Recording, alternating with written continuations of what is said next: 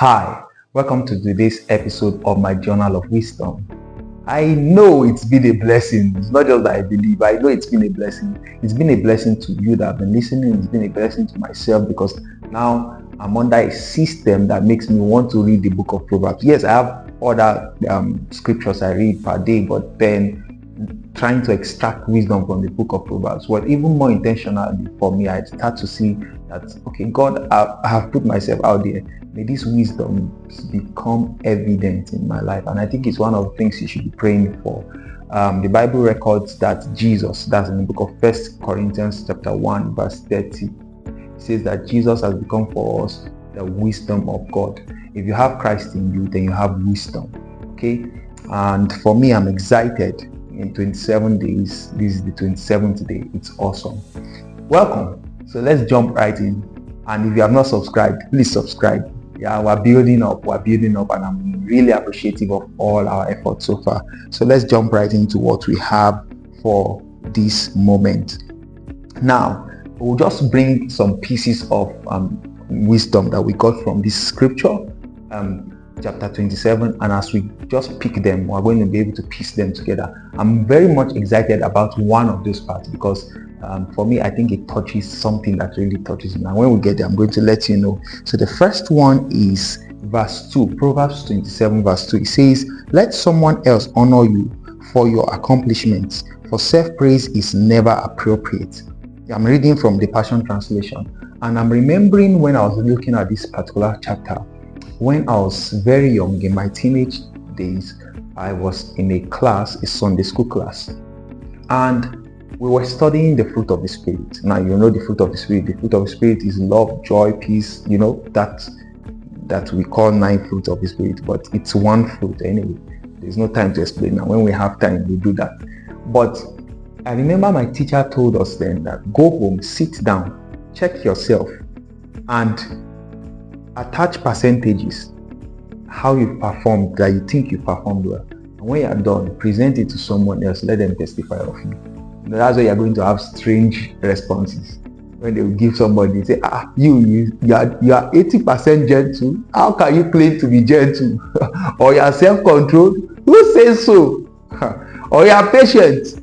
I mean, you can try it. But what I'm trying to bring out here is this. Many times we say self-validation is important. But you see, there are people whose words should matter in your life, right? There are people who can tell you that you need to make an adjustment here and there. Don't just be in self-conceit thinking that you are all right all the time.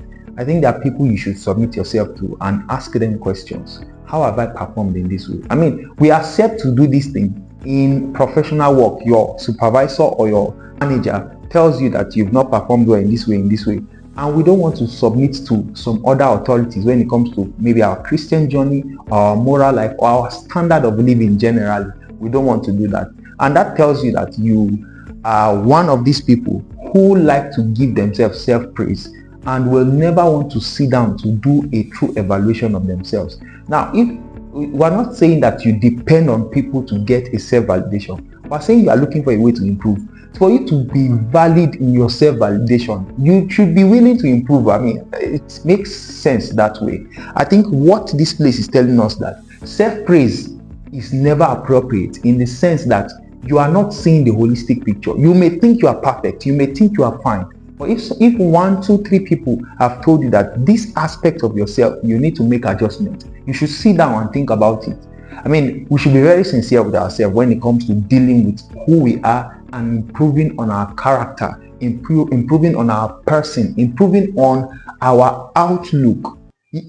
It's true that you answer to God. Everybody say, I'm sincere to God, and this and this. But there's places in scripture, Paul will say that in the sight of God and men, there are things that should be right in the sight of both God and men. And those are things we should sit down and really do some kind of evaluation. I mean, some of those things that 1, 2, 3 people have told you, you didn't hear God very well. God has decided to use them to talk to you. So just don't sit down and evaluate yourself and feel you're fine. Don't score your own self.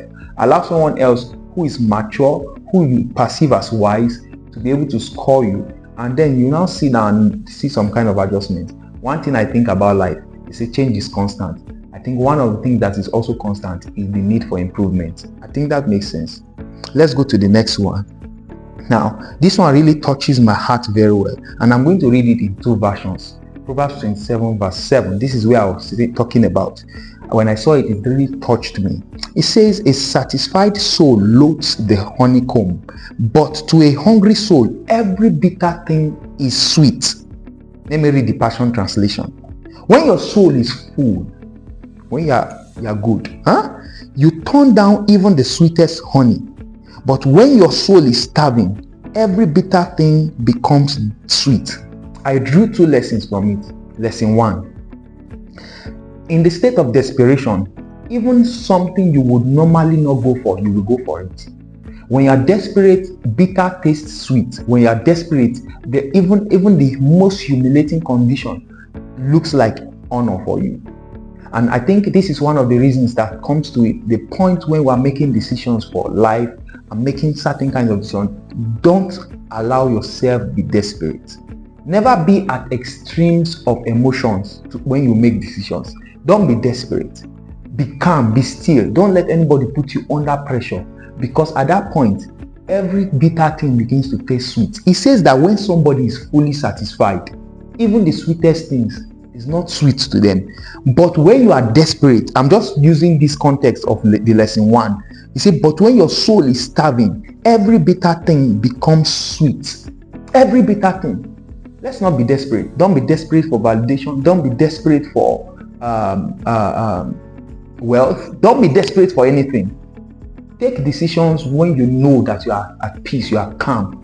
At that point, you'll be making informed decision. Now, the lesson 2. This one, I'm bringing it out as lending my voice to family members who are attention starved, who are love starved. And this is what I'm bringing it from couples, husband to wife, parents to children, children among children, and in many social settings, not just family, but let's use family being the unit of the society.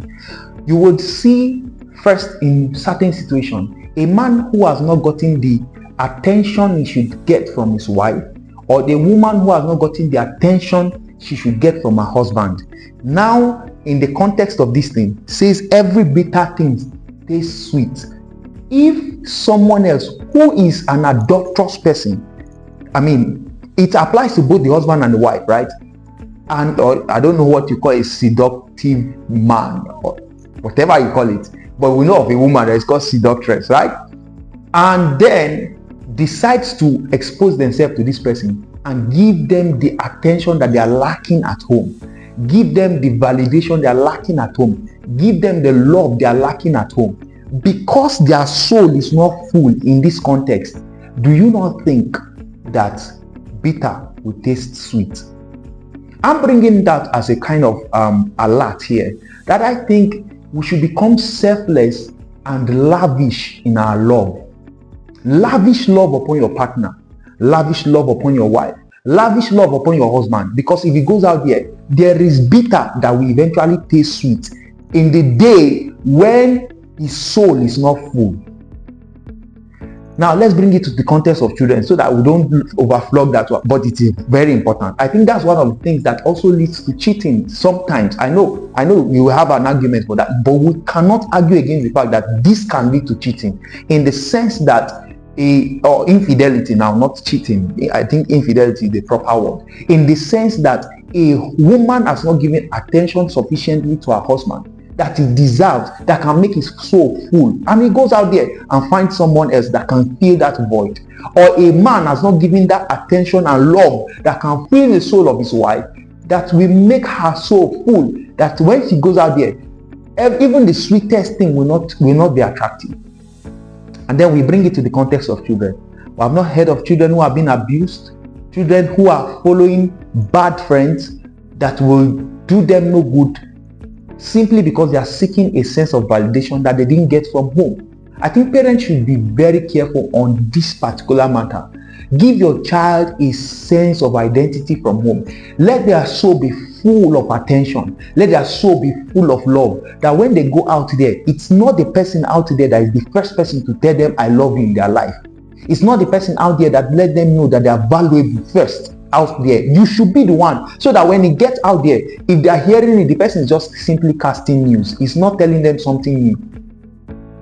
If they say I love you, I know I'm loved from home. But when the person comes and is the first person showing them that care and attention, and intense one at that matter, what do you think will happen to your girl child? What do you think will happen to your boy child? I think this is something we need to bring to the context of family and teach ourselves.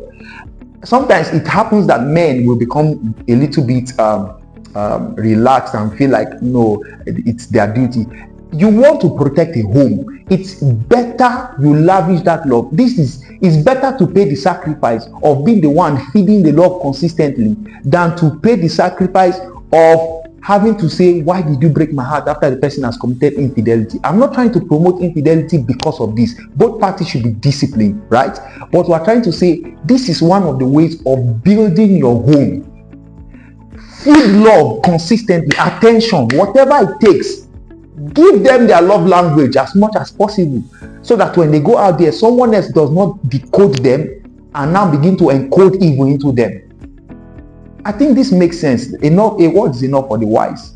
All right, let me go to the last part I want to deal with in this chapter 27, verse 17. It says, as iron sharpens iron, so a man sharpens the countenance of his friend. I think this even makes sense to link it to what we just discussed about.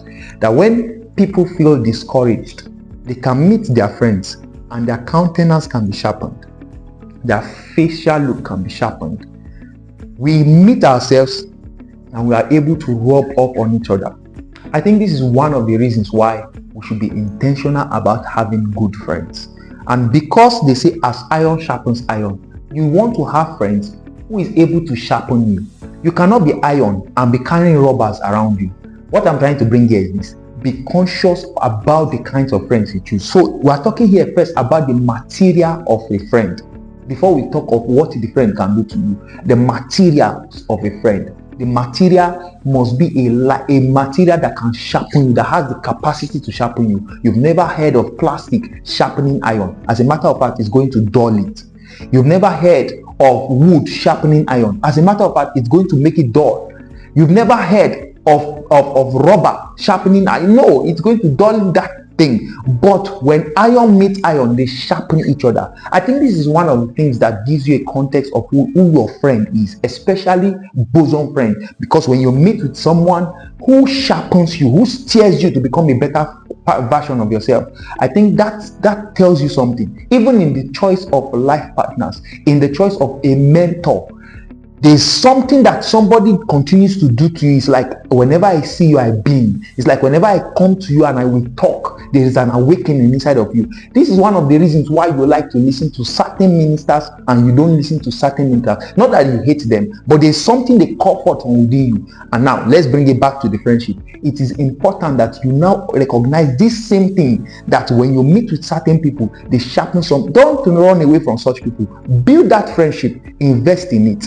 You know, this same Proverbs tells us somewhere that a man who wants to have friends must first show himself friendly.